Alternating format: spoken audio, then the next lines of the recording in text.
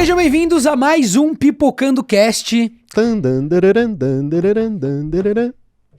Caramba, Vitor, você ainda lembra da vinheta? Eu também eu também lembro. Inclusive, a gente viu, né, a criação dela. Dessa vinheta maravilhosa. Tudo vai ser explicado. Tudo vai ser explicado. Nós estamos aqui hoje para falar dela, a nova série do universo de Game of Thrones, que é A Casa do Dragão. Casa do Dragão. Do Dragão. Isso. Não, apesar de ser vários dragões, é A Casa do Dragão, que é uma prequel de Game of Thrones.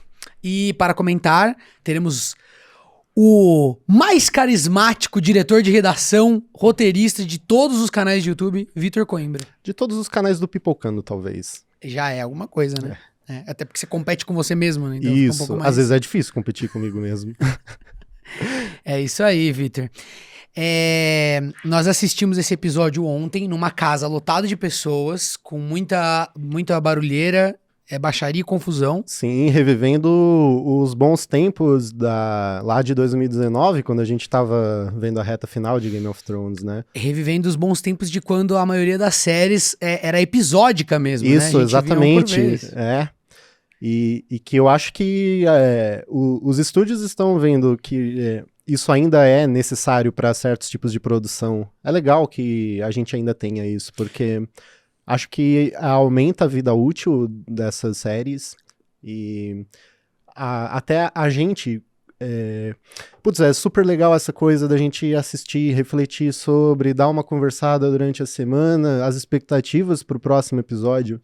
Então, eu acho que cria o evento de assistir. E é por isso que Game of Thrones virou o que virou. É por isso que eles tinham aqueles recordes de pico de audiência que caía os serviços de streaming, etc. Sim, e a galera se juntava em bares pra assistir, em eu casa. acho isso muito legal, essa coisa que foi nostálgico, porque a gente estava lá, todos os amigos que assistiram da primeira vez, quase todos. Sim. E a gente estava lá para assistir o primeiro episódio da nova série e saiu naquele momento, todo mundo tá falando daquilo naquele momento, então é uma sensação meio que os antigos tinham com as novelas.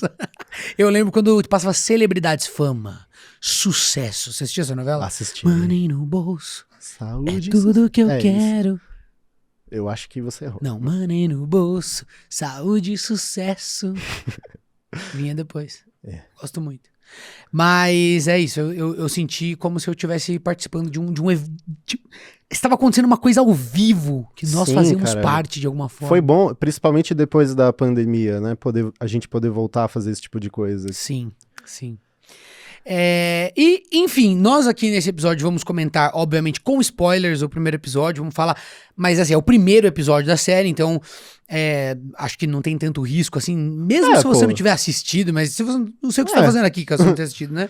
Mas nós vamos comentar e eu também quero falar um pouco sobre este momento em especial que nós estamos, que é um mês muito, muito bom, né? Eu não sei se é o mês, mas é um período, vai ser muito bom, porque vai sair Game of Thrones e vai sair depois... Em setembro tem Os Anéis de Poder. Os Anéis de Poder. Que também é uma que eu estou com uma expectativa absurda. Eu tô muito interessado, mas depois a gente fala disso, né? Exatamente. Então, vamos começar falando dela. Se bem que dá pra gente falar um pouco de como essas produções parece que tá rolando assim uma certa corrida, competição, né? Isso. Quem ganha no fim das contas? Todo o dinheiro que o Jeff Bezos investiu ou a sagacidade da galera da HBO? A HBO já sabe fazer, né? Exatamente. Só que a HBO, sem os livrinhos do nosso querido velhinho, George R. R. Martin, dá aquela escorregada no sabonete, né? Que é o que a gente viu na última temporada. Sim, mas eu acho que agora não é mais o caso por alguns motivos. Primeiro, porque todo esse evento aí de A Casa do Dragão é inspirado em parte do livro Fogo e Sangue, do Martin. E ele próprio tá mais envolvido. Ele disse que tá agora mais influente na Casa do Dragão do que ele conseguiu, pelo menos lá na reta final de Game of Thrones, né? Ele assina como produtor a série, né? Coisa que eu acho que ele já fazia, né? Se eu não me engano, como coautor e produtor executivo. Isso, então, né, quando você tá com o seu dinheiro na reta, você fica um pouco mais envolvido mesmo. Né? Exato. Porque se você não sabe, quando tá escrito produtor ali, é porque a pessoa... ela tá com o orçamento na mão, entendeu? Ela tá com uma responsabilidade, né? Inclusive, muitas vezes, do próprio investimento dela ali naquela produção. Então, é uma relação né? Sim, Bem íntima, digamos assim. Se eu não me engano, ele falou que só não tá criativamente tão envolvido assim porque ele tem um livro pra terminar, né? E ele já tem esse livro pra terminar faz um tempinho. Faz uns anos Faz aí. um tempinho, Sim. Mas é interessante, eu acho que o fã... Porque, veja bem, tem muita diferença entre O Senhor dos Anéis e o Game of Thrones, né? A diferença mais primordial é a questão da faixa etária e de como os temas aparecem ali, né? É muito mais adulto o Game of Thrones e ele é muito mais novelesco também, né? Ele tem essa intenção de ser mais uma novela dramática, relação dos personagens, não que isso não tenha. O que é engraçado porque eu já vi gente falar de uma forma depreciativa de Game of Thrones. Pra mim é só um novelão. E, ok, mas na verdade em termos de estrutura realmente é um... não é algo ruim, necessariamente. Eu acho que Game of Thrones tem uma estrutura meio de grandes romances da literatura, sabe? Porque é muito diálogo, sabe, e intrincadas relações familiares e tal, só que misturado com São aquela aqueles pimenta. núcleos diferentes, e uma grande diferença em relação ao Senhor dos Anéis tem a questão do romantismo. Acho que a gente pode até falar como influência literária mesmo. O Tolkien tinha essa coisa da grandiosidade, do épico. Ele bebia de uma fonte. O Martin, ele tem um pouco disso, mas eu acho que ele vai muito mais pra escala do realismo.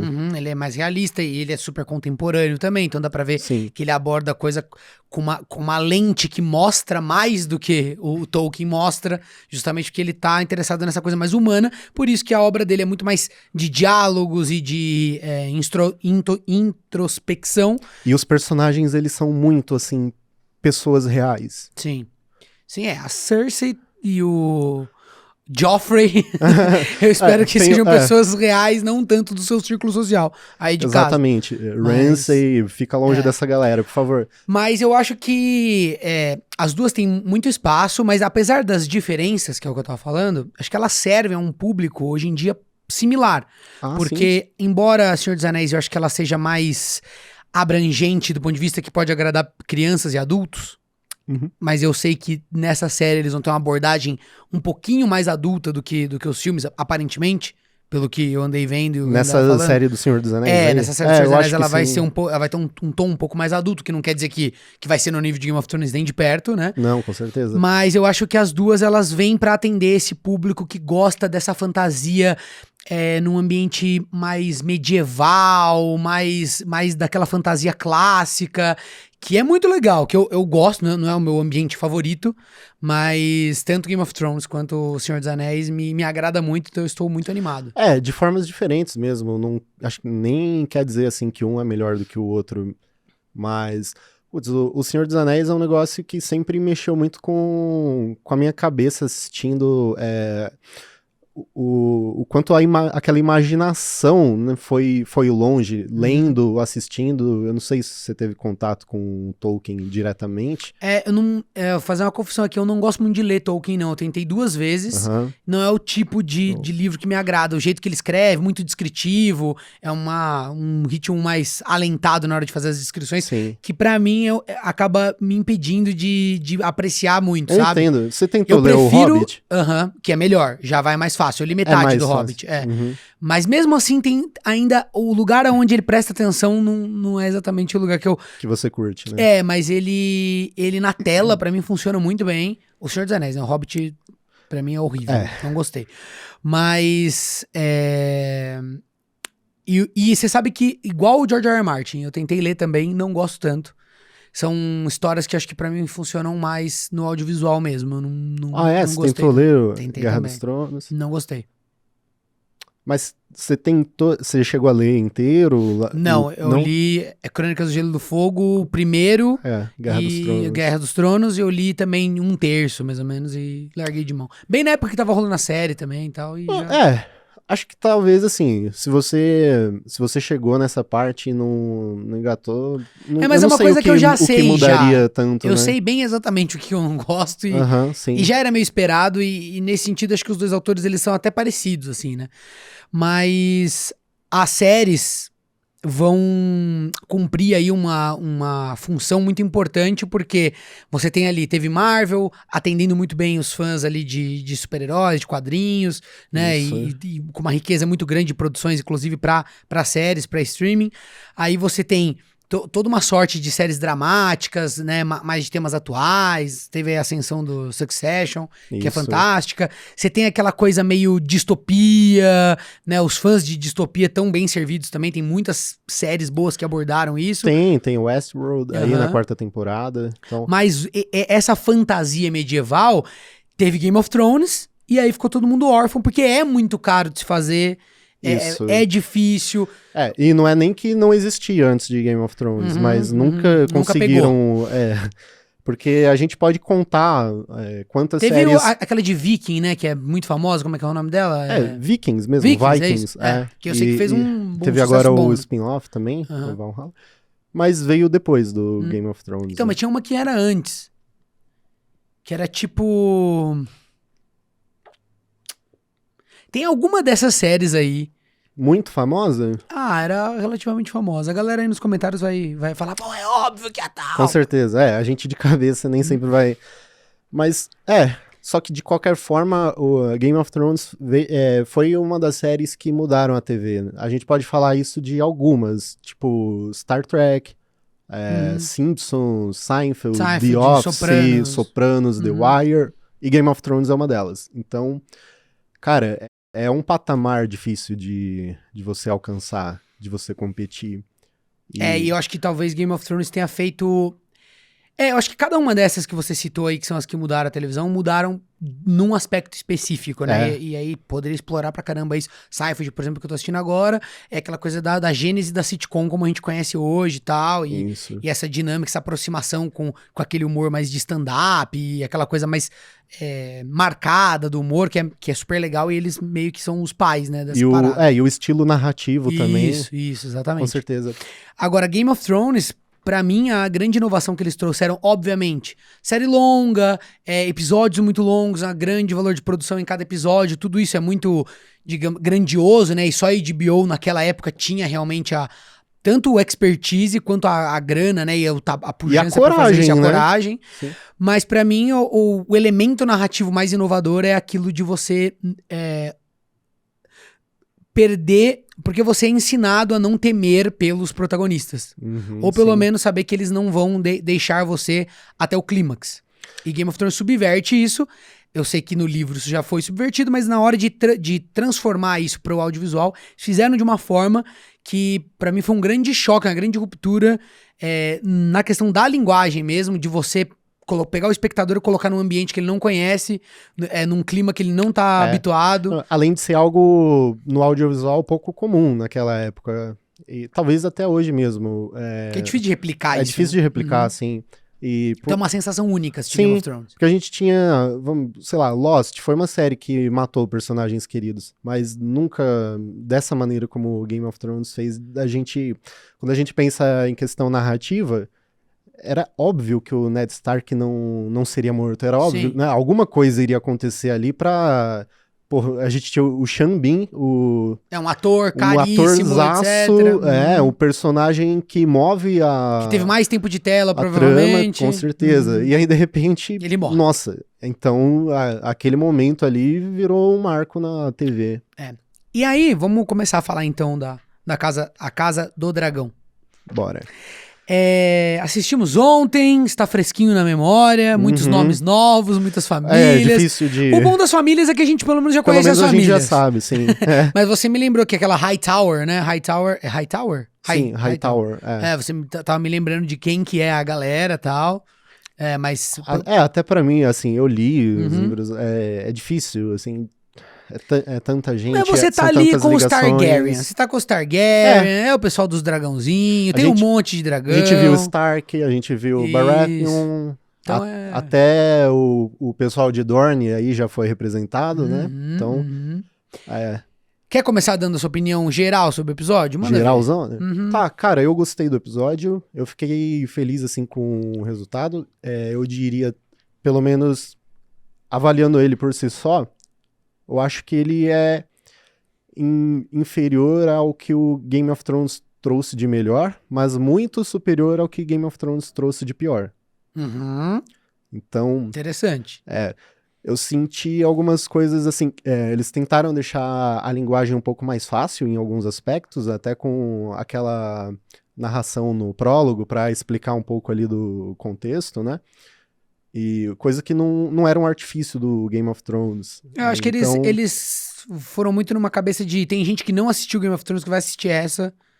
E não deve ser uma necessidade assistir o Game of Thrones pra assistir essa e meter uma narração zona. Não, e eu entendo. Era um contexto ali muito complicado. Eu tava falando um pouco da situação do rei atual, né? Como aquilo aconteceu. E aí, agora tem um novo contexto meio parecido também, essa coisa de quem vai ser o sucessor. Então, acho que eles...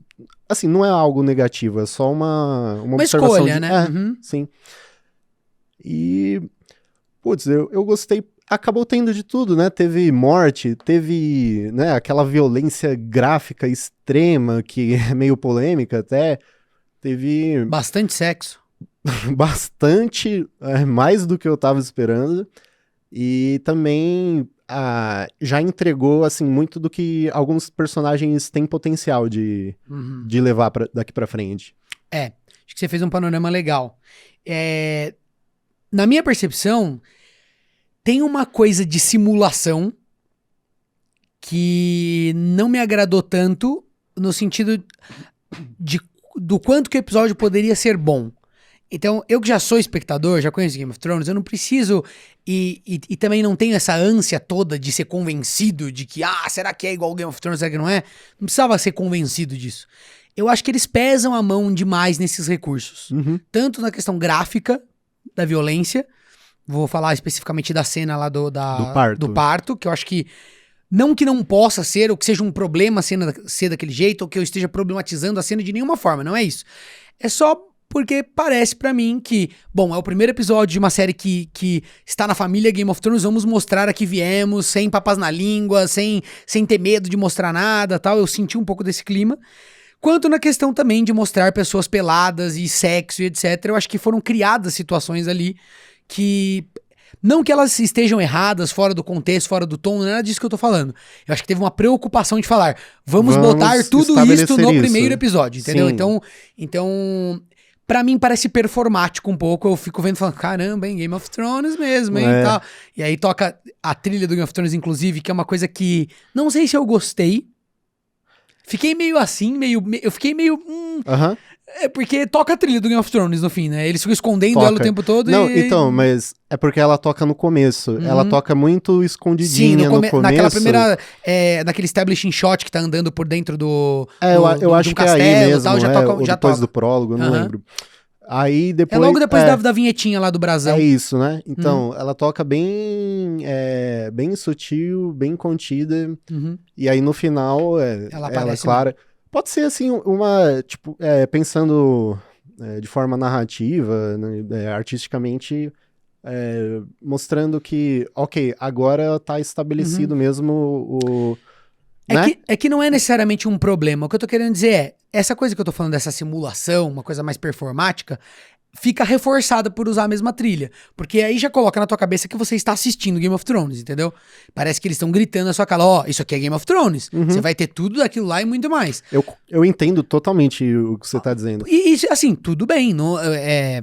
Se a gente vai assistir mais de Game of Thrones, porque isso que parece, é mais Game of Thrones pra vocês, galera. Só que a gente pegou uma timeline diferente. Ok, então eu já entendo que a série não se propõe a criar algo narrativamente diferente, vai ser a mesma tocada, vai ser o mesmo ritmo, vai ser a mesma equipe que tá produzindo por trás, deve ter muita similaridade, as ideias pra série devem ser muito parecidas. É isso que me traz quando você fica usando elementos como a trilha sonora, que é uma coisa que marca muito a identidade, né, de um produto audiovisual, a trilha ela é muito forte, né?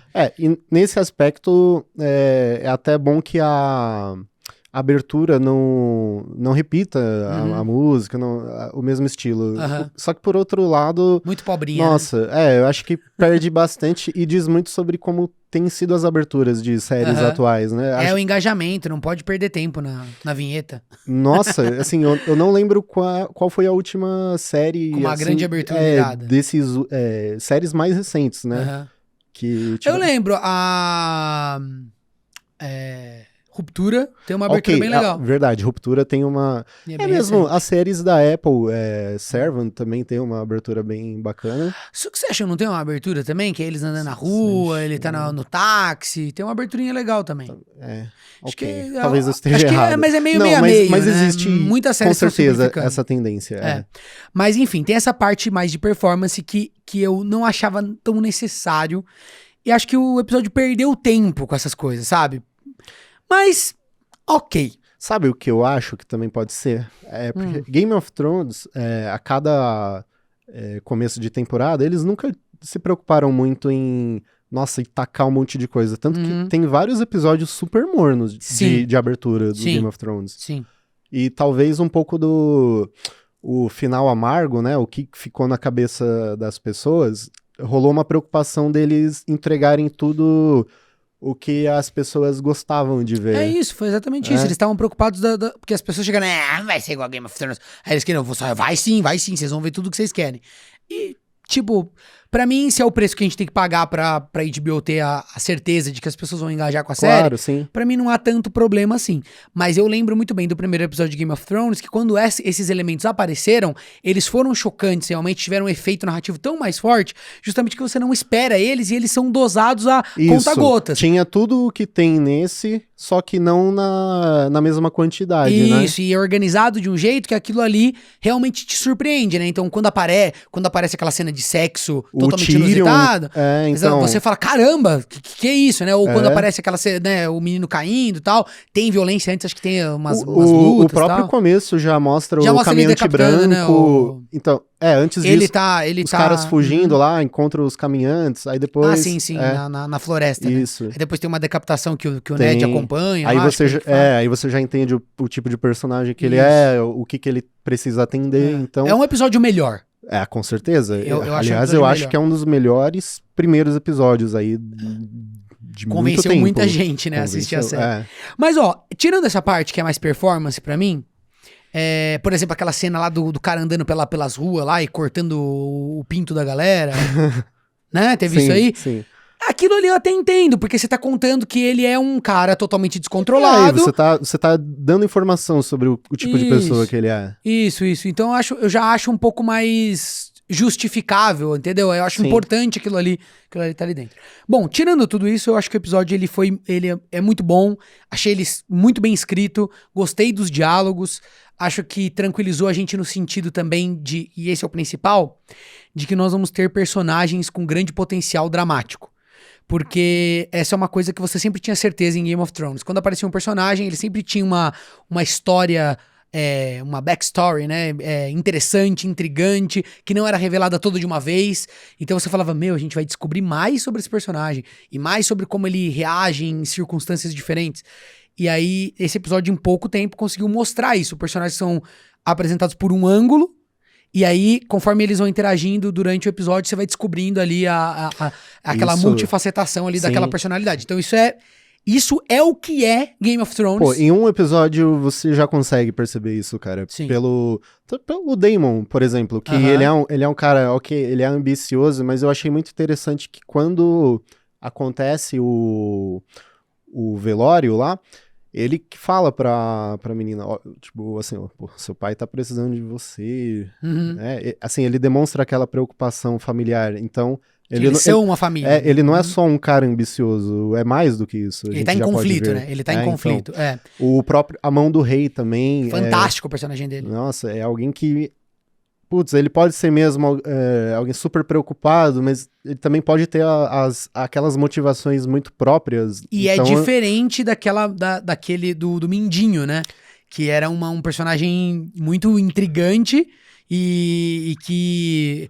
É porque eles são parecidos, eu achei eles parecidos esteticamente falando, assim, né? Um cara comprido, meio magrelo, assim.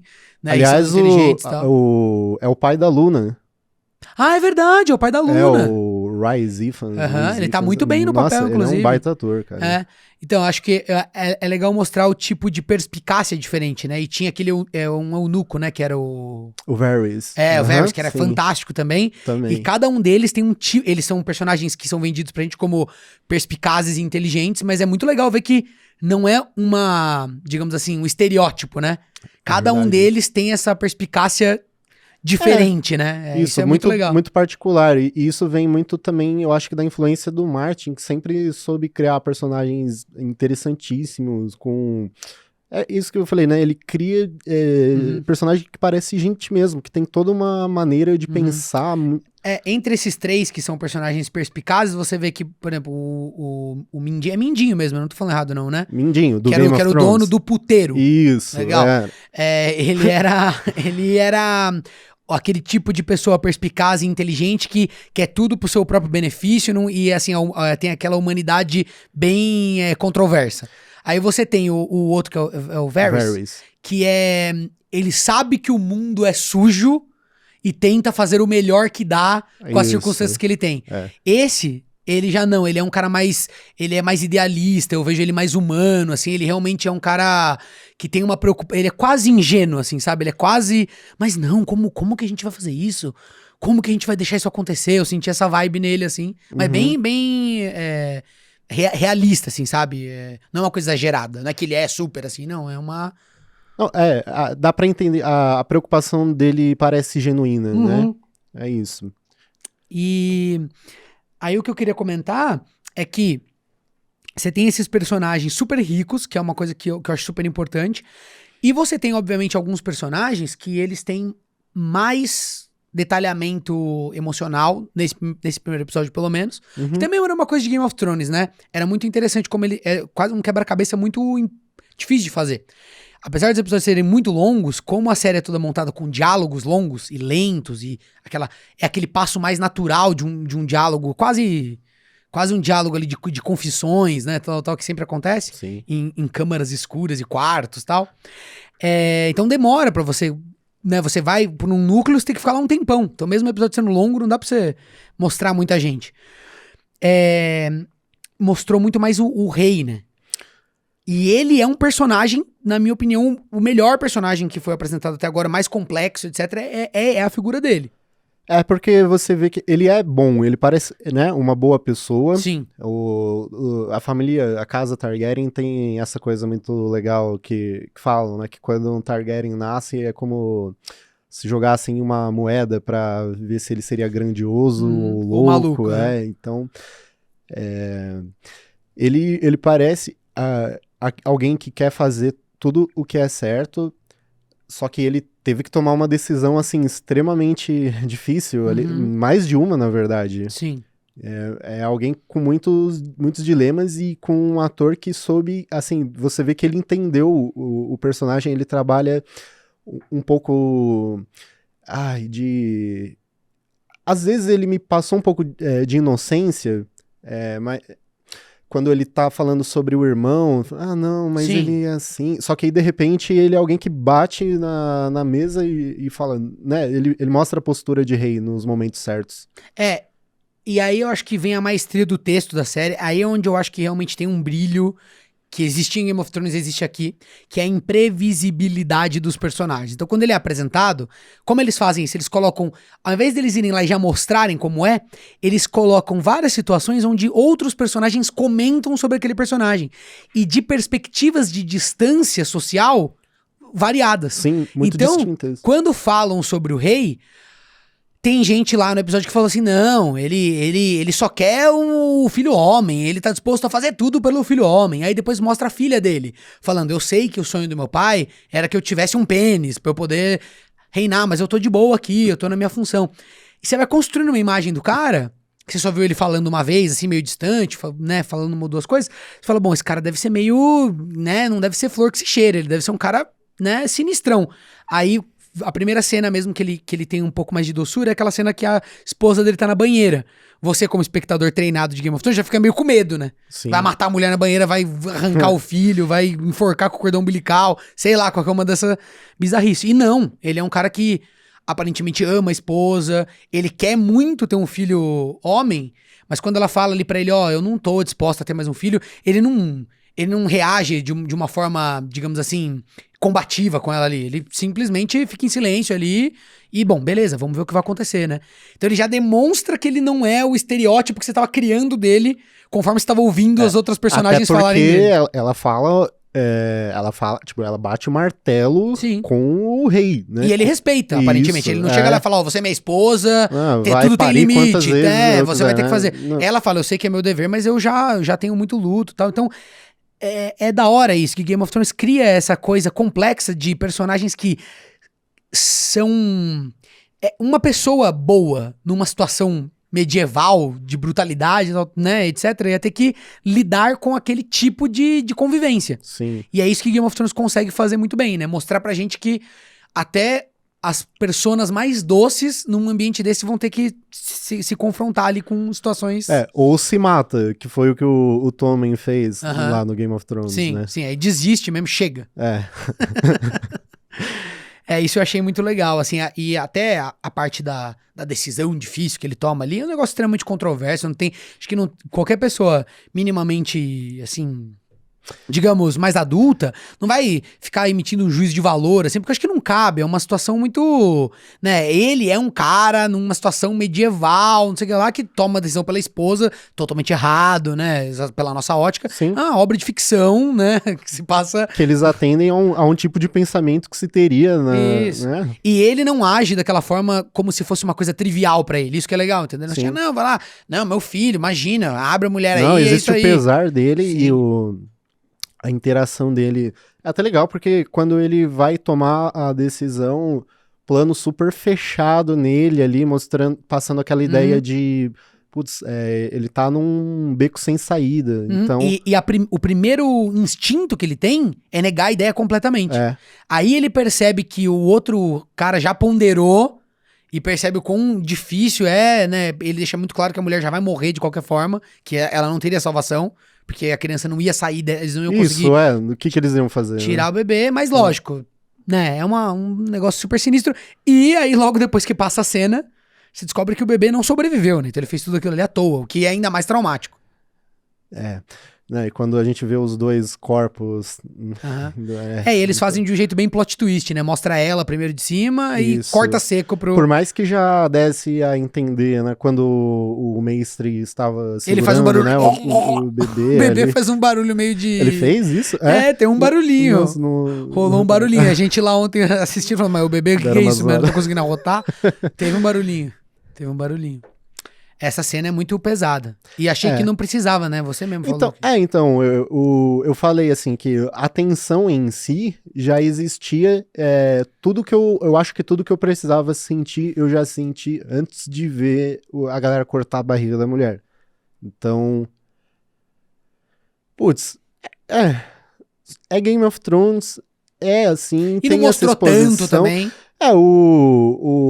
Os dois autores, né, o Martin e o outro, o que tá como showrunner, esqueci o nome dele, depois eu vejo, eles falaram a respeito disso porque ele falou assim, eles sempre mostraram diversos tipos de violência e normalmente as pessoas reagiam ok em relação a isso, e aí ele também quis mostrar esse tipo de violência a qual a rainha foi submetida, né, de diversas formas. Então, o Martin falou que é algo que ele sempre gostou de mostrar essa visceralidade daquele mundo. Então, para ele, faz sentido que mostrar, visualmente isso seja mostrado. Não, faz sentido. Não parece fora do lugar.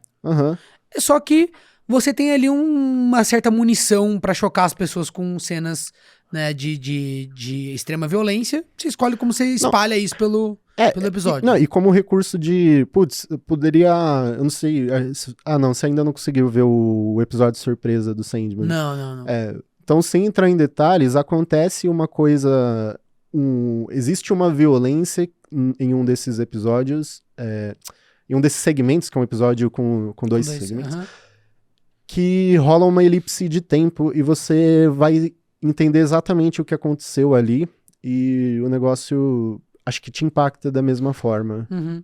Mas a forma de impactar do Game of Thrones é gráfica e é isso, assim, não dá pra reclamar, né? Você vai assistir Game of são Thrones, escolhas, cara, são escolhas, Não é isso? É isso mesmo. Então vai chupar manga e vai reclamar do fiapo, né? Talvez, assim, em alguns momentos eles já tenham mesmo pesado a mão, em outras situações polêmicas, em Game of Thrones, mas a série é isso. E aí, especificamente sobre a história que eles estão contando, quando eu ouvi falar e ouvi isso narrado, assim, né? Vai contar a história dos Targaryen, né? E da sucessão do trono Targaryen, como que essa casa, né, caiu, etc, tal. Parecia interessante, assim, mas nada que eu tenha dado muita bola, assim.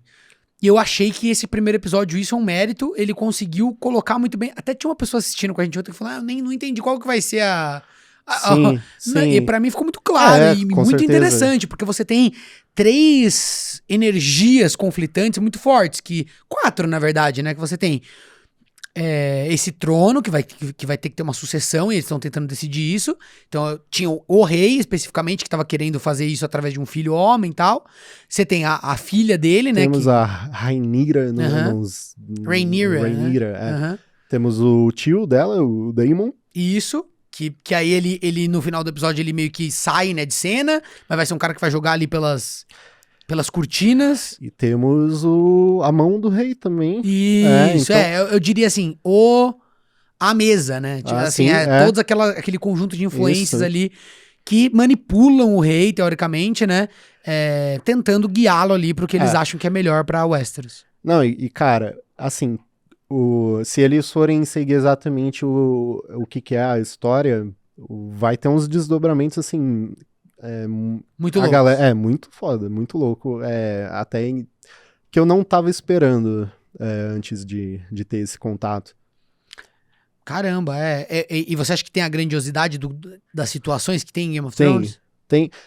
Tem porque, cara, veio do Martin, então, e é legal porque esse livro, O Fogo e Sangue, ele não é um romance, na verdade ele é um livro de história, como se ele fosse escrito por alguém daquele universo, entendeu? Tá relatando só em formato de texto histórico. Então ele vai falando de várias gerações da casa Targaryen, o que dá uma liberdade pra eles criarem as situações no detalhe, né? Isso, não exatamente. Tem o texto feito. E ele vai criar, né? Isso que é legal, porque ele tá na série. Tem a participação. Mas ele escreve. Então, foi aquilo que eu disse. Pelo que eu entendi, ele exerceu uma influência, mas a função de showrunner ficou mesmo pro outro autor. Entendi. Que é tem o nome dele aqui, deixa eu dar uma olhada. Mas tudo bem. Um cara até que... Ele famoso. Então, ele fez uns trabalhos que, assim, eu nunca achei que fossem levar ele pra essa série. Ele fez aquele Hércules com o The Rock. Nossa! O Rampage também. Tá, sim, que é do The Rock também. É isso. Nossa! É o Ryan J. Condal. Mas às vezes isso não quer dizer muita coisa, né? Com certeza. Sobre a capacidade do cara. Lógico que não, nada a ver. Mas, olha, eu saí confessando pra vocês aqui, eu saí com a sensação do Game of Thrones. Eu acho que existe o potencial ali de entregar um negócio muito interessante. Naquela cena dos duelos, né, As justas. Exatamente. Eu gostei daquilo, tem uma vibe bem Game of Thrones, assim, né? Tem, e é porque a gente já viu um pouco das justas lá no Game of Thrones, eu lembrei disso, né? Porque eu tava achando tudo tão bárbaro, e era mesmo, mas aí eu lembrei que no Game of Thrones também tinha rolado um pouco disso, com o Montanha lá, que... cortou a cabeça do cavalo com raiva por ter perdido. Mas aí mas até aí, né, é outro nível. Ontem o negócio foi não, eu tô com raiva, eu vou abrir o crânio desse rapaz aqui. Sim, ele foi pra cima lá do Loras, mas não teve, óbvio, a mesma proporção. E isso é legal também porque mostra que 100 e tantos anos... O tempo passa, né? O comportamento melhorou um pouquinho. E outra coisa que eu achei muito legal é aqueles planos meio de drone, não, né? Eles usavam dragão pra filmar na época. Aqueles planos de dragão... Com certeza. De Westeros intacta, né? É legal a gente porque ver. A gente vê o que... Tem até como é que é o nome daquilo ali? A catedral, não, o septo. Septo, Isso, Tá bonitinho ali ainda, exatamente, né? Antes de explodir, antes legal isso. De virar em churrasco e tudo nostalgia, mais. Vocês não sabem o que aguarda vocês. Então, o negócio ia ficar louco. Exatamente. Tem também no prólogo lá, Harrenhal, que era outro cenário também muito marcante. Sim. Isso, eles foram trazendo tantos elementos e, inclusive, um dos grandes pontos do roteiro, e acho que a grande surpresa, foi a questão da adaga, né? O diálogo no final. Que é uma coisa que é uma suposição minha, né? Quer dizer, a gente tava assistindo lá, eu reparei, falei pra vocês viram também. Eu acredito que seja isso. Aquela foi a adaga que o Mindinho... Eu não lembro se Game of Thrones deixa isso claro, mas fica muito a entender que o Mindinho, na posse daquela adaga, ele contratou um assassino pra matar o Bran. E pra causar toda a treta. No fim das contas, a adaga foi parar na mão da Arya. E ela usou pra matar o Rei da Noite. Aço valeriano. Então, que é uma adaga que aparece bastante no Game of Thrones. Isso, vem dos Targaryen. Isso. E acho que a gente vai entender um pouco... A gente vai ver, talvez... Sei lá, pra onde vai parar essa adaga, né? Até chegar lá. E aí... O desfecho do episódio é um momento iradíssimo, na minha opinião, muito bem construído, tem aquela clipagem com várias... durante a aceitação dela ali como a sucessora, né? Que tem toda uma cerimônia. Eles usaram muito esse artifício de... sobreposição, nesse episódio, pra criar uns paralelos. O texto ali, a fala do rei é muito legal, mostra que ele é um cara sábio, assim, ele tem uma ligação com a história da família dele, é um momento meio de redenção ali com a filha, né? E dá pra ver que a relação deles é boa, é uma cena que me passou muita coisa, eu gosto daquela intensidade dele de ter um segredo que a gente passa, você promete que você vai fazer jus a esse segredo, né, e vai guardá-lo, etc, tal, e aí mostra ela ali, né, depois não precisa nem mostrar ela respondendo, porque já mostra ela sendo, né, aceita como sucessora, ou seja, ela já topou tudo aquilo. Sim, né? E é legal ver a casa Targaryen ainda... Organizada, porque o que a gente viu em Game of Thrones foi ela toda destruída, né? E ver como que eles também tinham um apego a tradições, a coisas importantes, assim como os Stark, né? De formas diferentes. Foi muito legal ver essa construção das ideias da casa. Ela é da hora também, porque quando a gente via, por exemplo, a casa Stark, ou você via a casa Lannister no Game of Thrones, como não são ideias muito simples, por exemplo, uma casa que é conhecida pela justiça, que é conhecida pela obstinação, ou que é conhecida pela avareza, sei lá. Não são ideias tão simples de te passar quando você quer fazer uma coisa, né, legal. Os Targaryen, eles têm essa energia caótica, né? É a casa né, tem os loucos, dos loucos, do fogo, sei lá, dos dragões, etc. E foi só um episódio, né? Tipo, cobrar que os caras passem tudo isso em um episódio é meio loucura, mas já passa bem. Já mostra que é essa mistura doida, né? Relações incestuosas. Sim. Né? Tem um afeto quase sexual entre os membros da casa. O tempo todo, assim, do jeito que eles se comportam, tal, tem uma energia ali muito, muito doida. E inclusive, mostra que na amostragem, metade do povo é maluco, entendeu? Isso é legal, porque o irmão do rei é doido, sabe? Todo mundo tem um parafusinho a menos ali que você já vai falando, opa, entendi, são os Targaryen. É isso que é legal. Você termina a pessoa e fala, caramba, sim. Mesmo organizada, mesmo com tudo funcionando, é a casa Targaryen, entendeu? Da mesma forma que a gente via lá a casa Lannister, organizada, funcionando, mas, todos são Lannister. Sim, eu só espero que...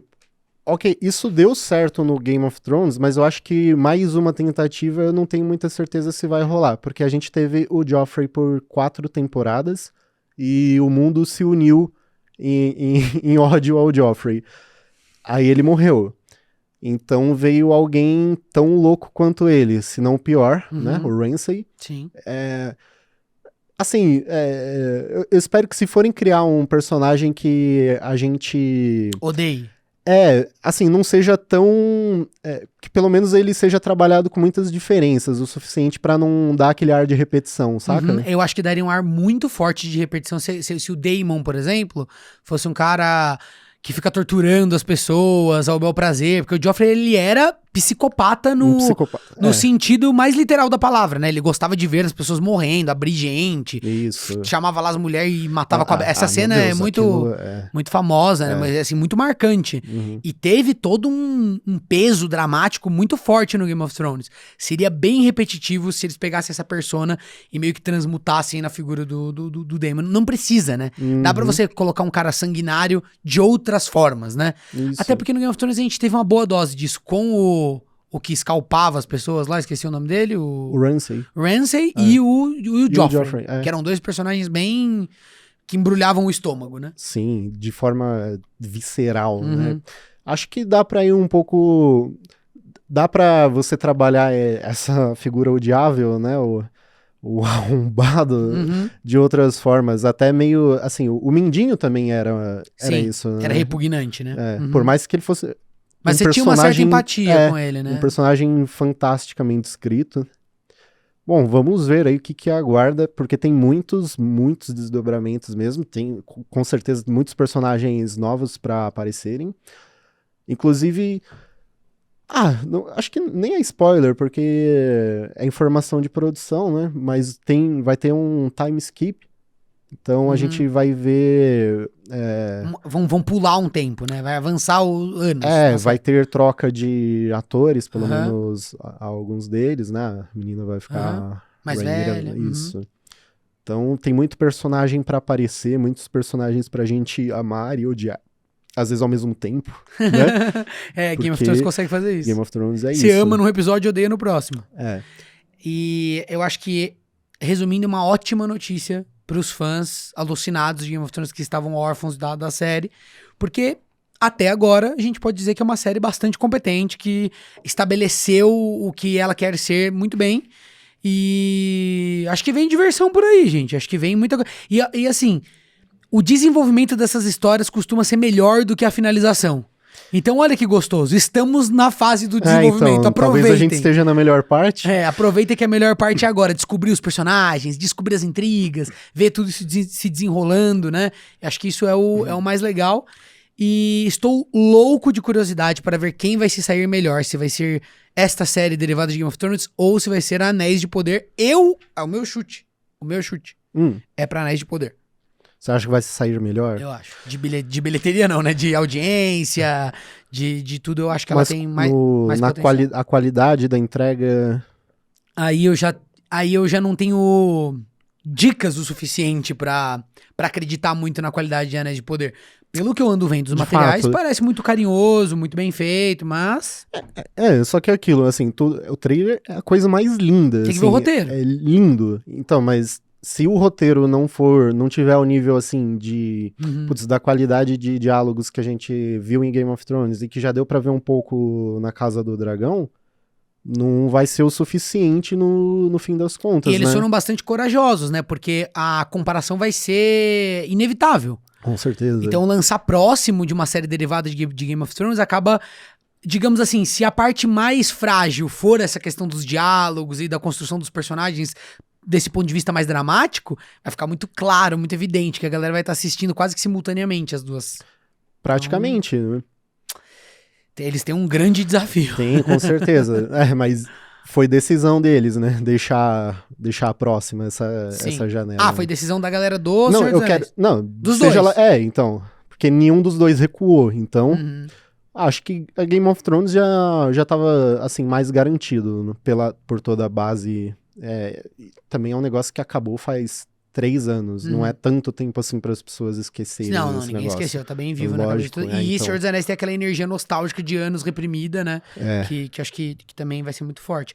O último pensamento que me ocorre é sobre a Netflix, né? Porque eu acho que a HBO, pra mim, É engraçado até falar isso, porque ela é, acho que esse pá é a mais novata, né? HBO Max é um dos últimos serviços que foram lançados, foi HBO Max. Tinha HBO Go, Sim, mas... que era só uma versão digital do catálogo, né? Mas quando saiu o HBO Max, eu sou... Acredito que se eu pudesse escolher um serviço só pra manter, eu talvez mantivesse o HBO Max, porque a qualidade do que eu assisto ali é um negócio inacreditável. Ó, só a Netflix me faria pensar muito a respeito. Por causa da variedade, por causa e por produções importantes que a gente precisa acompanhar, mas, assim, HBO Max veio de uma forma, caramba, eu acho que deu aula em todo o acervo, até porque o Warner Bros. É gigante, Sim. né? Putz, tanta coisa boa do Cartoon, aí tem HBO. Você então... tem as coisas mais nostálgicas, coisas importantes que já foram produzidas. Isso. E as produções originais, a HBO, que pra quem não conhece tanto a história da televisão, porque na televisão americana é série, né? É uma coisa mais normal, que também passava muito lá, então era na televisão deles. E agora, nessa época dos streamings, você só tá tendo séries para a internet, mas já... o costume de se assistir séries lá era uma coisa mais óbvia do que é pra gente, né? Sim. Que é um produto mais premium, digamos assim, pra quem tinha TV só a cabo aqui, que era pouca gente e tal. A HBO sempre foi esse lugar onde eles gastavam uma bala absurda com os melhores roteiristas, as ideias mais ousadas, sempre com essa coisa de não ter censura, de falar dos temas mais difíceis, né, mais controversos, e eles sempre fizeram isso de uma forma primorosa, né? São os pais de algumas das produções mais importantes pra história da televisão.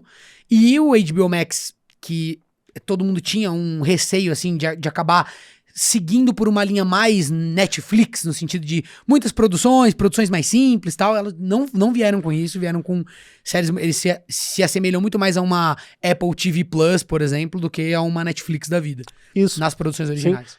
E manteve também, por mais que anunciaram bastante coisa, eu acho que foi com um nível contido suficiente para manter a qualidade do negócio, da entrega, o que não é bem o caso da Netflix, que a gente já falou em outras situações que eles fazem de tudo, né? Vai ter uma grande obra de arte, como vai ter um negócio super, assim... Sim. Então, e aí o que eu ia falar é que tanto a Amazon Prime Video quanto a HBO Max fizeram essa aposta. A HBO, porque a HBO já sempre fez isso, então é o jeito deles mesmo, já fizeram Game of Thrones, então estão fazendo agora essa série com altíssimo nível de produção. A Amazon Prime Video, que, na minha opinião, tem um catálogo bem mais frágil, digamos assim, porque tem séries boas e tal, tem mas... umas pérolas ali. Mas ele é mais, né, mais difícil de você pensar coisas, assim, excepcionais. E acho que, putz, a interface também atrapalha bastante. Peca bastante, mas... fez esse grandíssimo investimento. Então, ao invés de tentar ser mais Netflix, tentaram ser mais HBO Max. Então, existe alguma coisa na visão desses empresários que estão por trás desses streamings de entender que é uma teoria minha, inclusive, quando a gente conversou sobre esses cortes que a HBO vem fazendo aí em produções que já estavam confirmadas, etc. Pode ser que venha de uma percepção maior... que a Warner, né? Isso, que a Warner... Mas, enfim, mas é porque ia ser vinculado ali dentro, né? Era pra cinema, mas digo, mas tem toda uma lógica de produção tudo do mesmo lugar. Unificada. Eu acho que pode ser uma percepção de, bom, passamos a era da quantidade, onde todo mundo quer ter... A Netflix era a única assinatura da pessoa. A pessoa topava pagar uma assinatura e escolher o serviço que tinha mais coisa. Sim. Aí os serviços brigaram pra ter uma grande variedade. Agora as pessoas têm mais de um. E as pessoas se acostumaram também a não gastar só R$34. Não, eu gasto R$100 e eu tenho 3 streamings que eu gosto. Sim. E aí agora a disputa não fica mais em quantidade de catálogo, porque você tem 3 streamings, você tem coisa infinita. Não, e sem falar que, putz, quando o HBO Max veio aqui pro Brasil com promoções incríveis, gente, sei lá, acho que pagando R$15 pelo acervo todo, é bem né? agressivo, eles querem roubar clientes mesmo, né, principalmente da Netflix, que é mais cara. Agora, eu acho que a percepção desses streamings da Amazon Prime Video e também da HBO Max é brigar pela qualidade, por ter produtos muito excepcionalmente feitos, que eu acho que a Netflix não tem no escopo dela algo tão grandioso quanto é, por exemplo, um Game of Thrones, ou quanto é, por exemplo, um Anéis de Poder, se bem que falam que a Netflix faz isso com os filmes, né? Que tem filme do eu acho que a Netflix tem a sua forma particular de se pensar. Mas ali, é né? meio.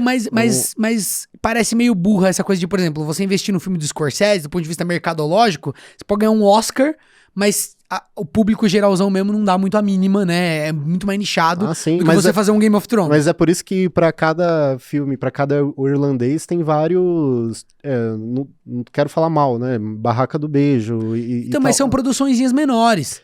A HBO Max e a Amazon Prime Video, eles Você tá estão falando de um tentando negócio gigante Eles estão tentando unir os dois mundos, entendeu? Primor de produção e cultura pop. Eu não acho que isso vai acontecer, mas não tem como essa produção não ser gigante em escala, senão ela já tá fadada ao fracasso. Que é o Mas Avatar. o Avatar, sim. Não, inclusive então é isso que eu ia falar. Eles estão vindo com o Avatar, a Lenda de Aang, que falam que talvez seja a série mais cara. Ainda não saiu direito os orçamentos, tal. Parece tá meio nebuloso. Mas se não ultrapassar o gasto dessas séries que a gente tá falando aqui, vai ficar muito no páreo, aparentemente, pelo que eu andei lendo e vendo. Aí é mais ousado ainda, porque Game of Thrones e Senhor dos Anéis tem uma base de fãs, eu acredito, muito mais consolidada, principalmente com o público adulto, né, com o público mais geral do que Avatar. Que é forte, tem muitos fãs e tal, mas não se compara, né, assim, digamos, é mais nichado, e faz muito tempo que o desenho saiu também, então é uma coisa extremamente ousada. A Netflix, ela tá tentando pegar muito essa galera do anime também, e, por exemplo, One Piece, que é gigante, é absurdo em todos os aspectos, talvez também possa ser... Vai virar uma série, uma live action. Isso, sim. Então, até agora não existe, a gente não pode falar que existe, né? Que tá no nível, não tem forma, Então, tá, você tá falando que a Netflix... Até agora não existe a série da Netflix. Mas tem lá, tem aparentemente, caminhos. é isso, os seus caminhos. Eu acho que cada um tá jogando com as cartas que tem, né? Eu vi hoje que, aparentemente, algum jornal americano lá conseguiu um furo de uma confirmação de uma série de Harry Potter que estaria sendo produzida agora pela HBO Max, que vai explodir a boca do balão, supostamente né? Alguém já tá escrevendo. Mas o que eu falo... Putz, eu acho que a Netflix poderia ter feito isso...